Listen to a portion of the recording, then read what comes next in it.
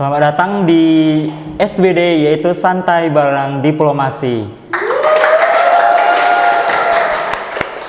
Oke, di kesempatan kali ini kita kedatangan tamu spesial nih, dari juara Mapres tahun 2023, yaitu Kak Suryadi. Kak Suryadi, gimana sih kabarnya sekarang? Oh ya, mungkin kabar saya ya lumayan baik sih, karena kesibukan ya praktikum dan kawan-kawan laporan gitulah. Jadi lumayan baik, nggak baik banget gitu. Oh, netral ya? Ya, netral. Ya. Oke. Jadi di acara kita kali ini kita akan menggali-gali lagi gimana Kak Surya ini bisa jadi juara di Pilmapres kemarin. Oke, jadi kan setelah kita share kuesioner untuk cari-cari pertanyaan, jadi kita terkumpul ada beberapa pertanyaan yang cukup masuk akal. Oke. Jadi yang pertama itu, bagaimana sih cara Kak Suryadi bisa masuk dan juara di Pilmapres? Bisa ini dikasih ke kita untuk motivasi biar selanjutnya bisa berkesempatan juara tuh di Pilmapres. Oke. Mungkin kalau Pilmapres di PSDKU sendiri itu ya nggak di PSDKU sendiri sih, mungkin dari universitas yang lain itu kan menyelenggarakan setiap tahun ya. Itu merupakan agenda dari Puspresnas atau Pusat Prestasi Nasional. Jadi mendelegasikan setiap mahasiswanya untuk menjadi mahasiswa berprestasi, dipilih, kemudian diseleksi. Nah, yang menyeleksi kan kemarin dari EKM ya, EKM sendiri, Kementerian PSDM, Mas Praja. Nah, itu di situ kemarin sebenarnya saya tertarik sih. Karena apa? Karena ya ada kompetisi di situ, ada unsur kompetisi. Kalau misalkan untuk motivasi saya mengikuti Pilmapres, seleksi Pilmapres sendiri itu ya memang dari dulu sih. Dari dulu. Berarti kayak biar gue bisa menang gitu. Iya. Kompetisi lah ya. Iya. Dan waktu yang kakak butuhkan untuk persiapan untuk Pilmapres ini kan panjang banget tuh kan. Ada kayak banyak banget tuh, gimana Kak? Kalau waktu sih panjang ya, dari mungkin kalau dulu tuh saya kan mengenal iklim keilmiahan itu dari SMK kebetulan. SMK saya sudah backgroundnya dari peternakan. Dari SMK. Nah, di SMK itu ada lomba seperti Pilmapres itu, cuman lebih ke kompetensi siswanya sendiri gitu. Namanya lomba LKS atau lomba kompetensi siswa. Di situ tuh saya seleksi dulu ya, seleksi di tingkat sekolah dulu antar jurusan ya. Antar jurusan tuh kebetulan saya dikalahkan oleh teman saya sendiri. Agak sakit hati kan ya. Sakit banget sih nah, itu. Sakit banget. Kalau aku sih langsung itu kan langsung cut off sih dari pertemanan. Langsung banget sih. Bener. Ya betul. Di situ agak sakit hati, tapi ya yang namanya kompetisi kan. Terus di situ oke lah, nggak apa-apa, masih ada kesempatan yang lain. Dan saya masuk UNIF di UB, kebetulan ada yang namanya PKM dan lain-lain. Dari situ kok habis PKM itu, agenda PKM ada yang namanya agenda Pilmapres yang diposting dari UB Kemahasiswaan kalau dulu. Setiap seleksi diposting di UB Kemahasiswaan. Di situ teman saya tuh ngepost buat cuttingnya untuk mencarikan like. Ini lombanya kok kayak kece banget gitu loh. Dan ternyata ya dari situ saya mulai berbenah dan juga mempersiapkan diri saya sendiri untuk menyeleksi, ikut seleksi gitu sih. Kalau persiapan sih panjang ya, karena kita itu sebenarnya kayak CV juga harus lengkap, kemudian juga organisasi, kemudian juga ada pengabdian, itu perlu banget gitu. Berarti panjang banget lah ya. Ya, lumayan panjang sih kalau Pilmapres itu. Karena harus better ya antara organisasi, kemudian prestasi, kemudian ada pengabdian kepada masyarakat juga.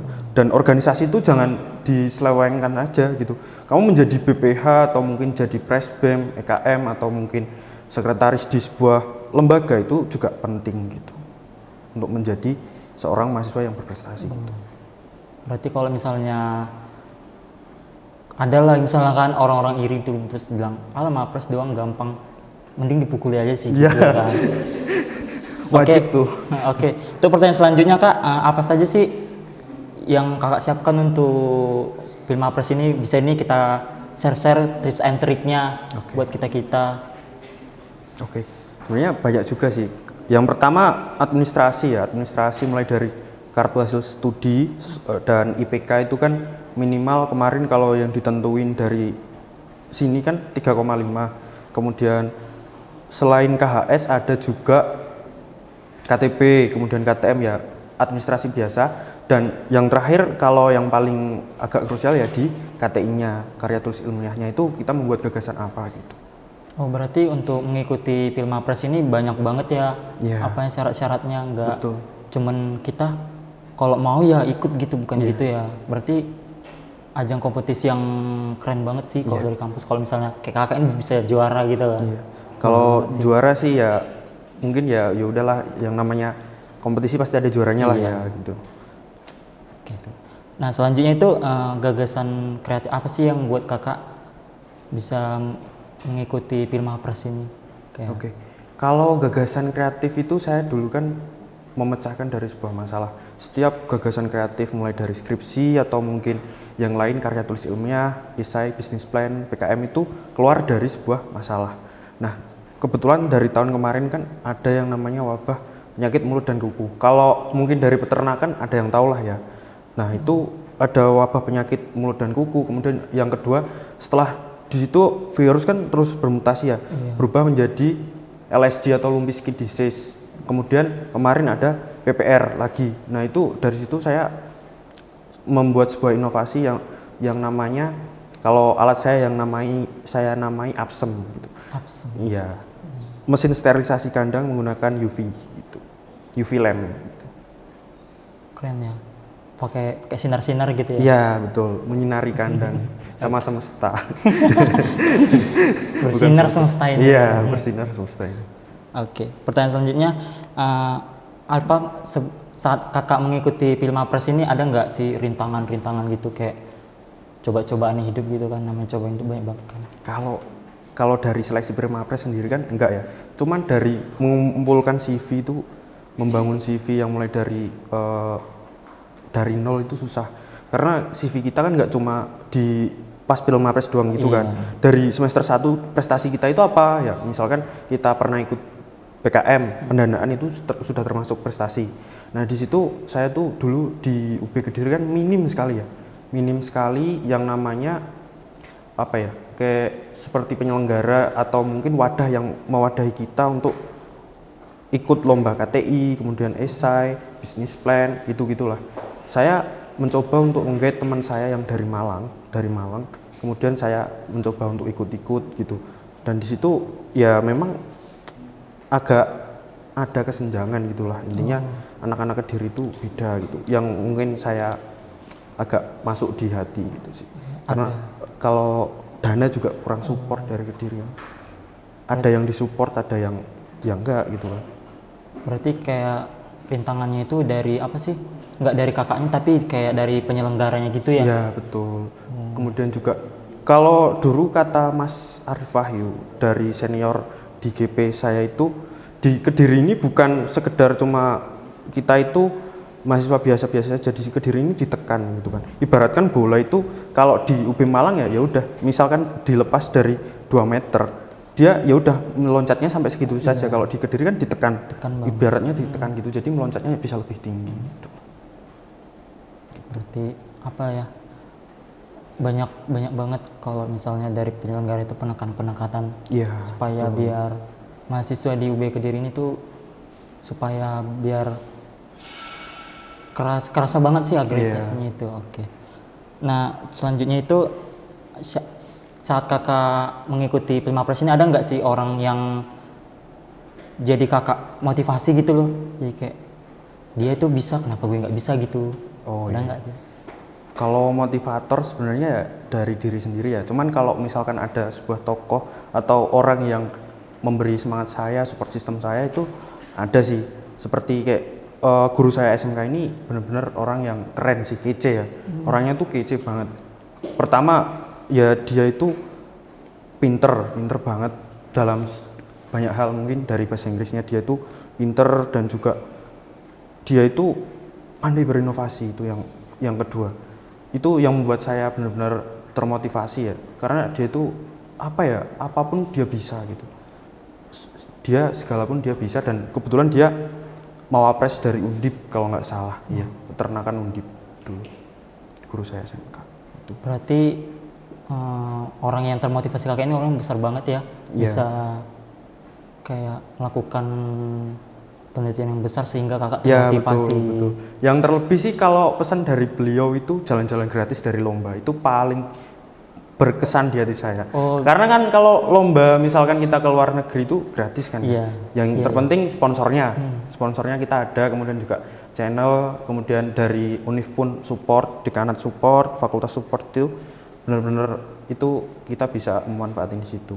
Kita bisa misalkan ya kalau ada eksibisi di Thailand atau di Malaysia kita bisa ikut gitu. Oh, berarti kayak selain orang tersebut motivasinya juga memotivasi kita biar kayak kalau misalnya kita itu lomba bisa sekalian jalan-jalan gitu. Iya, betul. Oh ya, kebetulan kemarin kan Mas Jeffrey juga yang Mawapres 2022 itu kan juga habis pulang dari Korea itu kan juga. Tahu juga ya. Tahu kan? Benar, itu. Bahkan Mas Jeffrey itu menurut saya ya orang yang sangat better banget dari mulai prestasi dan organisasi. Beliau juga dulunya di Menteri Jakwilnas pas 2021 kalau nggak salah. Itu Menteri Jakwilnas. Terus habis itu dari ke EKMF, kemudian jadi Mawapres, dan CV beliau itu benar-benar kece banget, keren banget. Ternyata banyak juga ya mahasiswa-mahasiswa yang berprestasi banget. Iya, karena kebetulan saya angkatan 22 jadi belum tahu. Makanya saya terkesan melihat kakak bisa terus Mas Jeffrey tadi gitu kan. Oke, pertanyaan selanjutnya itu apa sih alasan kakak memilih judul, kan pasti penelitian kakak itu punya kayak kerumitannya gitu kan. Betul. Apa sih alasan kakak memilih judul itu? Judul itu sebenarnya saya kembangin dari kemarin lomba di ITB Agrivasco itu di situ teknologi otomatisasi, jadi mesin otomatisasi lah istilahnya, atau mungkin pengembangan dari mesin-mesin yang lain buat otomatis dan untuk sektor agrokompleks. Nah dari situ saya kembangin untuk submit di Pilmapres gitu. Jadi saya evaluasi gitu, kemudian saya ubah ranah-ranahnya gitu. Gitu sih. Oh, berarti dari judulnya saja sudah banyak banget ya rintangan-rintangan berat. Iya, betul. Lumayan sih. Ya namanya kehidupan. Iya, biar berprestasi ya bisa ya ada yang dibanggakan. Oke, pertanyaan selanjutnya dari Pilmapres yang kemarin kakak itu kan apa sih yang kakak dapatkan selain kakak bisa menjuarai Pilmapres itu, apa saja? Kalau yang saya dapatkan ya mungkin ini sih pengalaman, karena dari UB Kediri kan langsung berseleksi dengan teman-teman Malang, dan kemudian kita zoom di sana, kita wawancara, kemudian kita screening hasil dari CV saya, kemudian teman-teman dari Malang juga. Di situ juga sempat shock, ada yang sampai prestasinya 43, bahkan ada yang sampai puluhan gitu loh. Jadi ya di situ saya agak gimana gitu, insecure duluan ya. Betul. Itulah pengalaman yang utama gitu. Berarti saingannya nggak hanya di sini aja ya, di Malang juga ada. Oke. Setiap fakultas kan nanti menyetorkan satu nama gitu untuk diseleksi lagi gitu. Berarti seleksinya nggak cuma sekali aja gitu kan? Iya, betul. Banyak banget nih dari judul apa segala macam, perlu revisi-revisian. Ada nggak sih kak revisi-revisian gitu? Kalau revisi sih nggak ada ya, cuman kemarin itu disuruh bikin video gagasan kreatif juga gitu, gagasan kreatif yang mengenai Sustainable Development Goals, entah itu pidato, entah itu pidato motivasi atau dan lain-lain, itu sih mungkin yang agak susah administrasinya di situ. Oh mungkin karena kita ini PSDKU tuh kan, berarti banyak nggak sih yang perlu kayak harus online gitu biar nggak capek-capek ke Malang gitu? Betul. Kalau seleksi awalnya sih, kalau yang lingkar UB itu mulai dari awal ya kita administrasi itu online, habis itu kita ada screening untuk CV kita, apakah piagam kita itu kompeten juga, karena di situ bukan kayak cuma piagam doang gitu. Harus dilihat kompetensinya juga kan, ini penyelenggaranya itu dari mana, kemudian juga peserta lombanya itu seberapa, karena ada syarat-syarat di situ.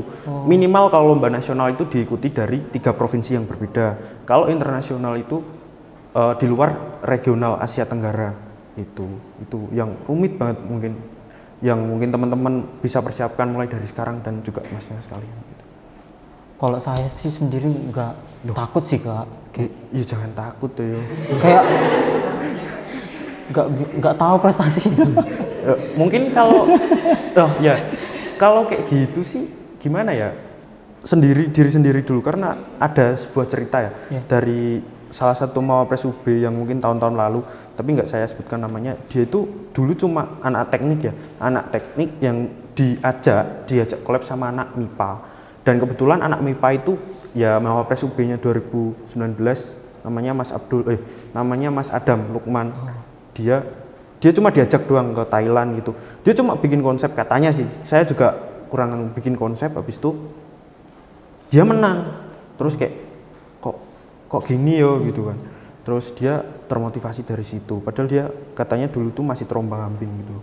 Nggak tahu mau kemana gitu. Dan akhirnya beliau juga keren, dapat emas PIMNAS juga, dapat ini juga. Itu keren beliau. Berarti bisa dijadiin motivasi banget lah ya. Ya. Betul. Beliau juga kemarin saya tanyain tentang gagasan saya itu gimana gini gitu. Saya konsultasi. Banyak juga yang mendukung dan juga menjadi mentor saya, nggak cuma satu orang saja gitulah. Mulai dari di UB ini memang benar-benar banyak sih. Bahkan UB ini luas gitu loh teman-teman. Jangan terpaku dengan UB Kediri itu kayak gini doang, itu jangan terpaku. Ada sisi positif, ada sisi negatif gitu. Ya, benar sih. Positifnya banyak, negatifnya sih nggak tahu lah. Yang tahu-tahu aja. YTTA ya. Iya benar. Berarti dari sebuah penelitian, berarti nggak hanya banyak sih berarti orang-orang yang menjadi motivator kakak untuk menyusun bahwasanya penelitian ini udah benar-benar benar gitu, kayak udah banyak orang-orang yang sebelum kakak itu sudah melewati ini, jadi mungkin udah bisa lah ya. Jadi gitu. Yeah. Oke. Untuk seleksi Pilmapres kemarin yang paling menarik itu di bagian apanya? Kalau dari Pilmapres UB sendiri sih itu sih kepoin teman-teman Mawapres dari Fakultas Malang, CV-nya sebanyak apa sih gitu. Itu paling penasaran, karena ya bukan gimana ya, rata-rata tuh orang kalau Pilmapres itu biasanya ditanyain CV-nya gitu. Banyak-banyakan CV itu pasti di situ. Kayak dia itu pernah kompetisi apa aja gitu, mengikuti apa aja, menangin apa aja gitu. Itu pasti. Berarti kalau kayak mahasiswa yang kupu-kupu itu kayak masuk Pilmapres itu kayak peluangnya dikit banget ya? Ya sebenarnya kita kan ada background masing-masing, ada istilahnya keahlian masing-masing gitu. Kalau peluang sih mungkin ada gitu. Ada, tapi mungkin nggak banyak yang udah punya prestasi gitu kan.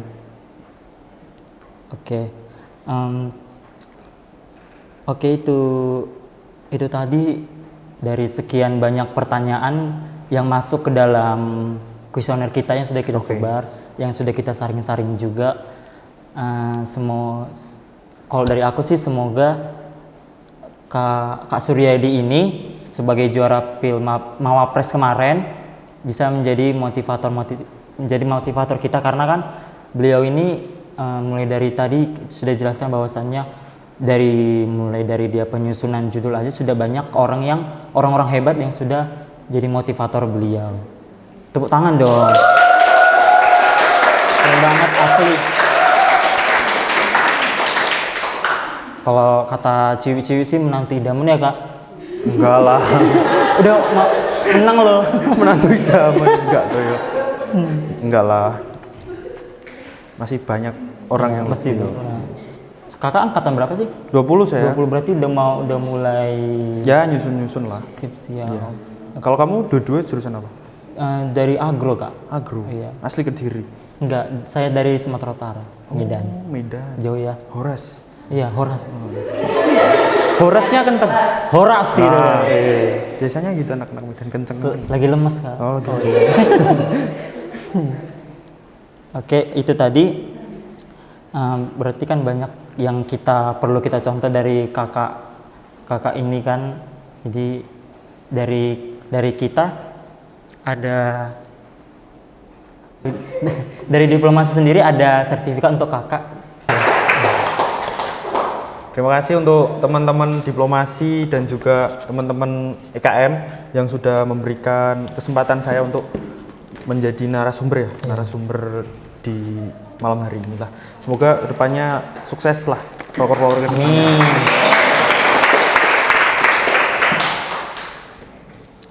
Kami pun terima kasih banyak Kak bisa menghadiri kakak bisa menghadiri di sini. Oke guys, jadi itu tadi kita sudah mewawancarai seorang mawapres yang benar-benar bisa lah jadi motivator kita untuk kita generasi berikutnya biar jadi menang di mawapres selanjutnya. Oke, itu saja dari SBD Santai Bersama Diplomasi. Untuk podcast selanjutnya bisa dilihat nanti. Oke. Terima kasih.